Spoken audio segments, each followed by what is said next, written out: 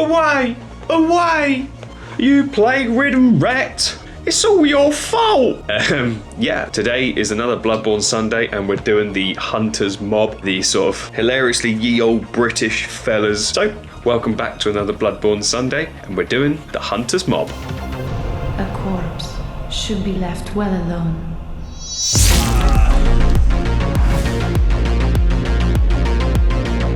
Right, so I have got these guys glued up, stuck down on their base, and I'm going to start off by zenithal highlighting them because we can use some contrast like we normally do. So let's do just that. So into the airbrush, I'm loading up some white ink and onto these hilarious three. We're just going to spray top down. Cool, we got our boys highlighted up. Ready to rock and roll. So as I normally like to do, I kind of like to mix and match different contrast paints and things like that because it works quite nicely with zenithal highlighting. So we're going to start off by doing just that. Grab the old wet palette. Okay, so I think I'm going to start with the guy on the left. I'm going to base him with a whole bunch of different contrast paints to get it started. So this first one, I'm going to be using the snakebite leather contrast and base his coat. We can now do his trousers, and I'll probably do them with some Basilicanum grey because it's quite a nice dark tone. I quite like using it for the sort of like dark grey leathers. I'll probably use the same thing for his hat as well. And his top on the inside, his sort of undershirt, I will base with some, I think some Garagak Sewer, just because it's a nice deeper, richer tone than the snakebite leather. And I'll do the same colour for his shoes as well. And that Garagak Sewer, again, I'm just going to use probably on the handle of the torches that they've got, just because it's like a nice dark wood. Beautiful. And I'll just apply a bit of this Garagak Sewer to darker parts of the snakebite leather coat, just to build up a couple layers. Very nice. Quite easy, quite quick.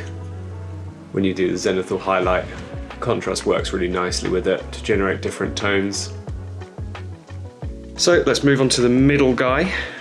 And the middle guy, I'll base his coat with the Basilicanum grey, you know, keeping the sort of colour scheme quite regular between them, but not have them exactly the same.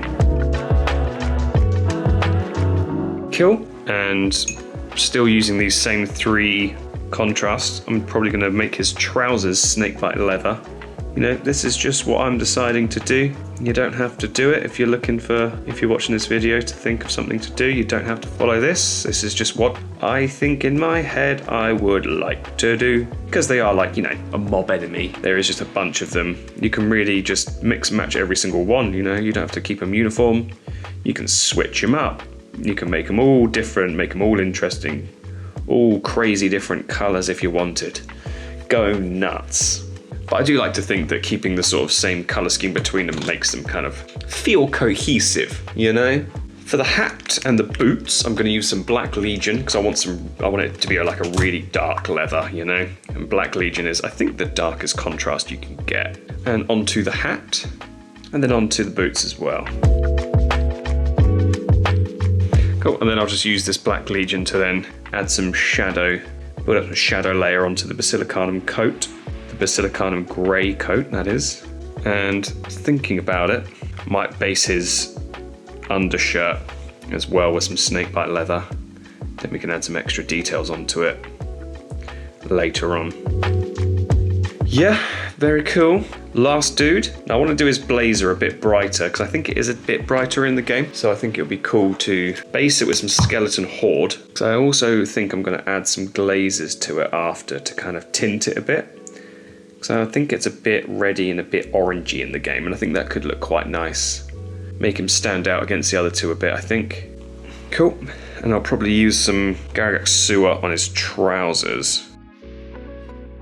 Looking pretty tasty already. And let's do his undershirt. Let's do that with some snakebite leather. So far, pretty quick, pretty easy way to paint these guys at the moment. It's not taken a whole lot. We've got our first base coat of different colours on and they're looking pretty nice already. So I need to base this guy's shoes. Do that with some Black Legion. I'm now going to move on and paint their skin, hair and wraps. So like the hand wraps, the head wraps, things like that. So to start off with the skin, I'm going to be using a layer of Cadian flesh tone to base it, and I'll be using a layer of Kislev flesh to highlight it. And I'll probably mix in some white scar to mix into the Kislev flesh to add even more highlight. So starting off with the Cadian flesh tone, all the exposed skin parts I'm going to get painted up. Right, Cadian flesh tone applied to their hands and their faces. And I'm just going to go through, back over them, and highlight them with some Kislev flesh. Cool, and then finally do that again, but mix in some white scar, just to make a really brighter point on very small parts. It might be negligible on a model this size, but I always find it's kind of worth doing. So it's skin based. Let's do some hair, and I'm going to base the hair with some storm vermin fur. Cool, so that's the hair based. I'm going to add some wrap colours, and I'm going to use that, basing it with some Xandri dust, highlighting with some more cast bone. And I'll probably mix these into the hair as well, just for some hair highlights. So the wraps include the ones on the sort of arms. And the wraps also include the ones on the face as well.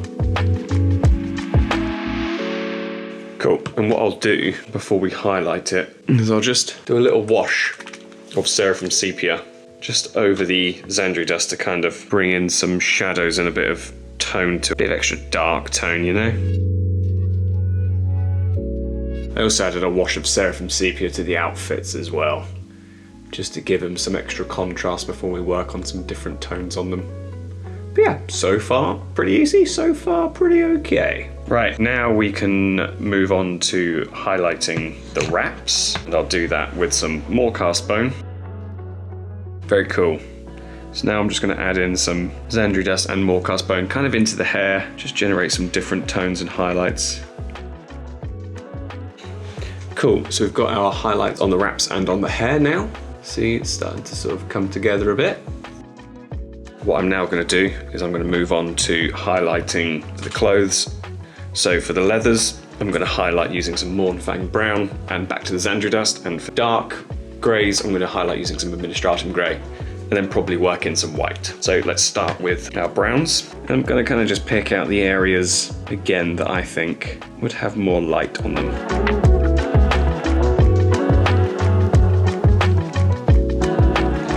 Cool. And I'm just going to go back to the Xandri dust, just add in some extra highlights in the middle.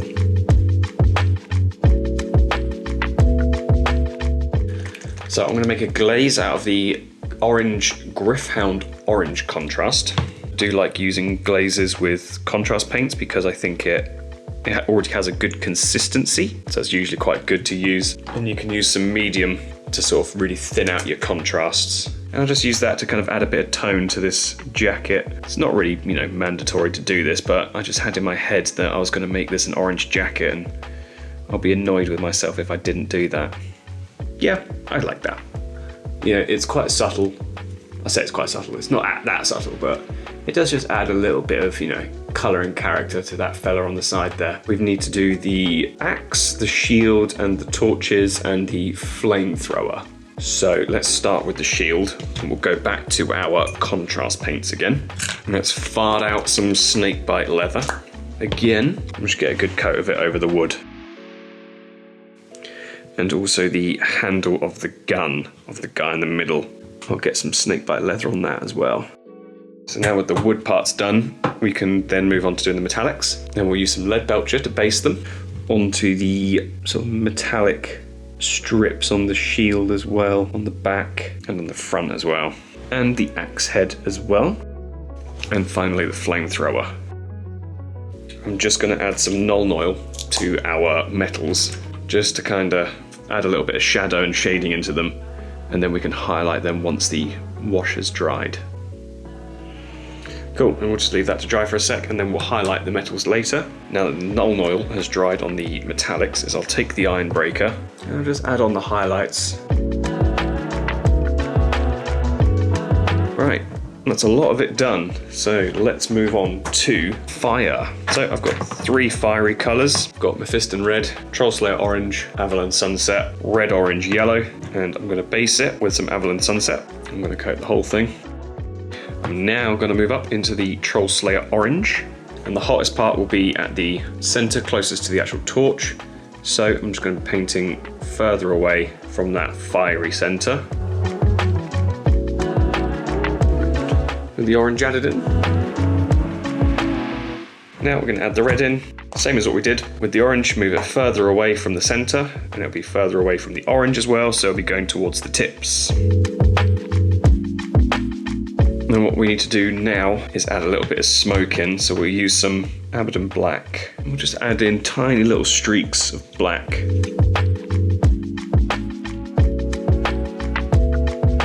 Cool. And I'm just going to boost up some yellow in the centre of this fire with some Flash Glitz Yellow.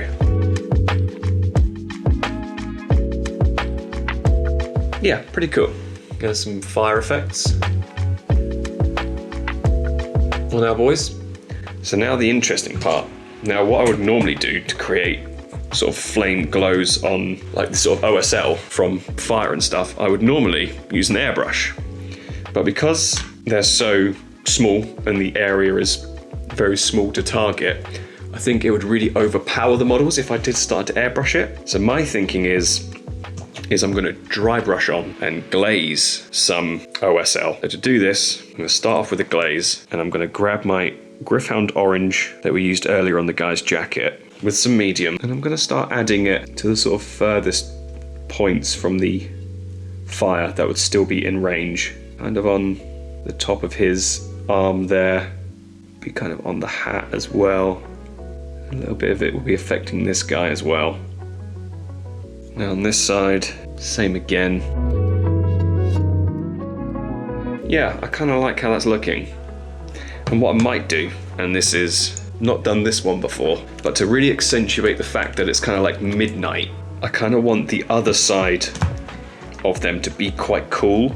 So I'm going to create a blue glaze to act as the kind of like opposite lighting, and that like create a kind of contrast between the hot flame and the cool night. So I'm going to take some Talisar blue contrast, take it down to a glaze with the medium again, and on parts where the flame's not affecting, cool it down a bit.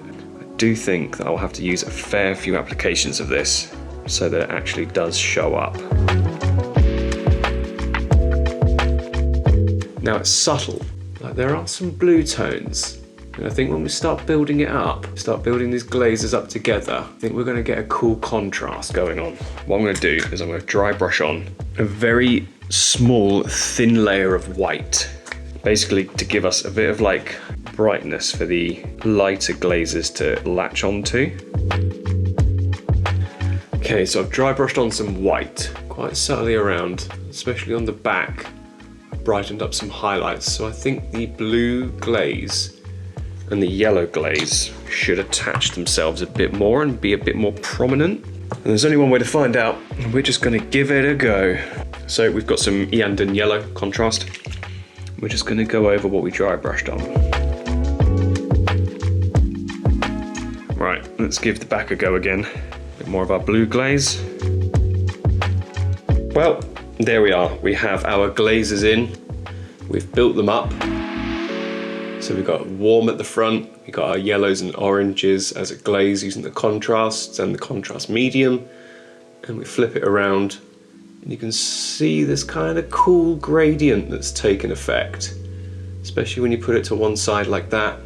You can see the hot side here versus the cool night side here. I think that those sort of like subtle gradient tones really play well together. You can really see that there's a difference between the hot side here with all the flames taking effect versus this cool night side. And I tell you what, I really kind of like that effect, and I really like how it looks, and I think that is going to be something that I'm going to be taking with me in future projects, because it's pretty cool, pretty easy, and you don't need to be using an airbrush to achieve it. So well worth investing in contrast and contrast medium if you're looking to create this kind of natural ambiance when it comes to using object source lighting with things. But also it's good to bear in mind that actually the cooler you make one side, it does create the contrast on the other, so it does look a lot hotter when the other side looks a lot cooler. So there we are, that's the Hunter's Mob. We are closely approaching the end of Bloodborne Sundays with the main set of the board game, so hopefully you're enjoying it so far, and that will about do it from me. I will leave you to your Sunday, and thank you very much for joining me. If you have enjoyed today or you learned something, hit that like button, leave a comment below, and if you're new here and you haven't already, hit that subscribe button, and I will see you all next weekend for some more Bloodborne Sundays. Ciao, ciao. Away! Away! It's all your fault! You plagiarian rat! Thank you very much once again, everyone, for joining me for this episode of Bloodborne Models. If you did enjoy today's episode, please don't forget to leave it a like, drop a comment, and if you haven't already, hit that subscribe button. And I will see you next Sunday for more Bloodborne Models. But until then, peace out, gang, and don't you dare go hollow.